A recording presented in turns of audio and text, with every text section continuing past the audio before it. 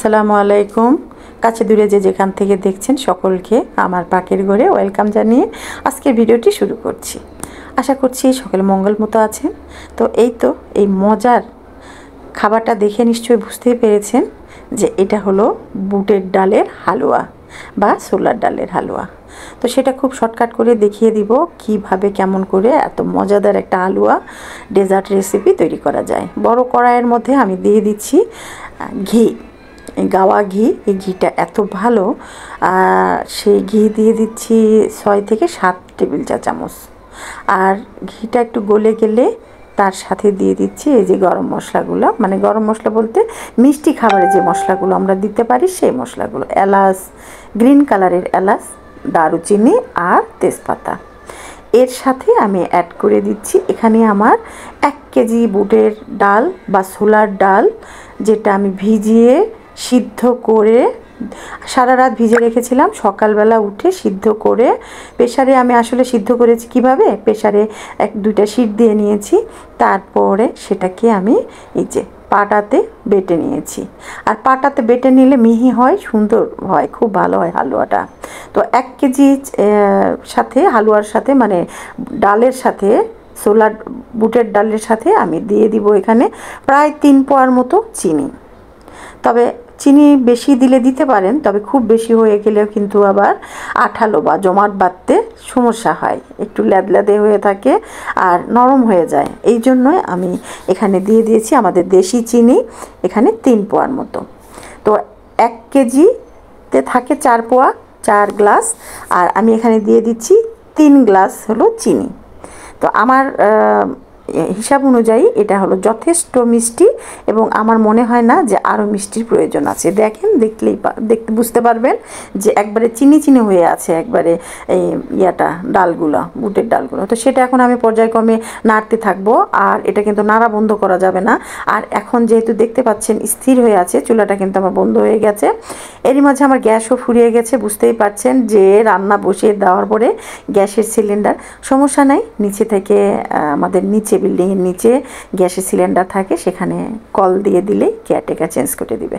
তো এই তো ঘুরে আসলাম, চিনিগুলো কিন্তু সব আস্তে আস্তে গলে গেছে, যে এইরকম একটা আকৃতিতে এসেছে। এর সাথে আমি দিয়ে দিলাম বেশ কিছু কাজু বাদাম, আপনারা কিশমিশও দিয়ে দিতে পারেন, তবে আমি কাজু বাদামটাই আগে দিয়ে দিচ্ছি, আর কিশমিশটা দিব গার্নিশের সময়। তো এটা নাড়তে থাকা লাগবে।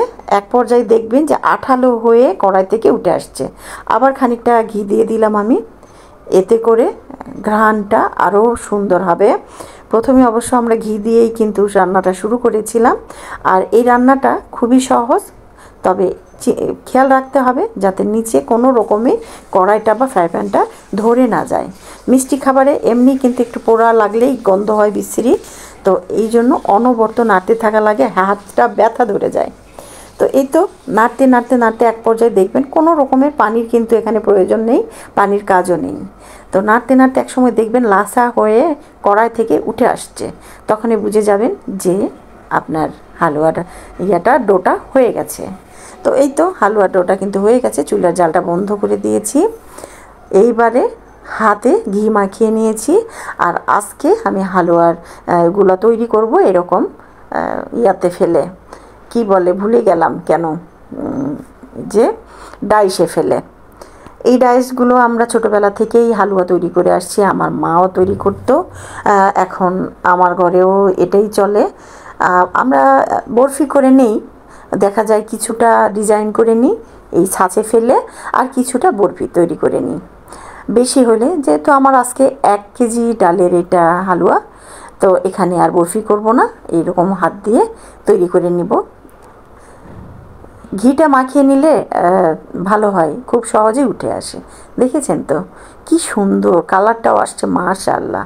আসলে দেশি ছোলা, আপনারা যখন এই ছোলার ডাল বা বুটের ডাল কিনতে যাবেন তখন একটু খেয়াল করে কিনবেন যে একটু ভালো নতুন, এবং হলো অনেক সময় পুরাতন ডাল দিয়ে দেয়, তো নতুন ডাল নেবেন, আর যে ডালটা আমাদের দেশি সেটা নেবেন। এরকম গোল্ডেন কালার আসে, কিছুই করতে হয় না, কিন্তু অদ্ভুত একটা সুন্দর কালার আসে আমাদের দেশি ডালটা হলে, আর স্বাদটা কি আর বলবো।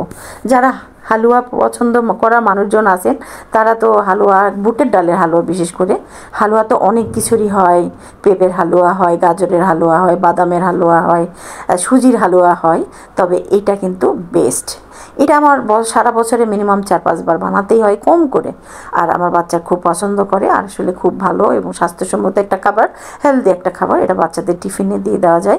দেখা যায় যে হাতে সানা বা একটু সিদ্ধ রুটি দুটো একটা দিয়ে, দুটো হালুয়া দিয়ে দিলে বাচ্চার একটা টিফিন হয়, ভালো একটা টিফিন হয়, হেলদি ফুড। তো কেমন লাগলো আপনাদের রেসিপিটা বা হালুয়াটা?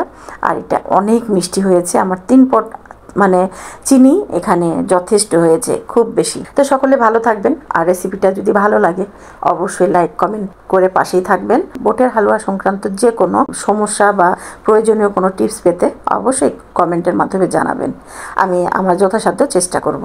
সকলে ভালো থাকবেন। আল্লাহ হাফেজ, শুভ সন্ধ্যা।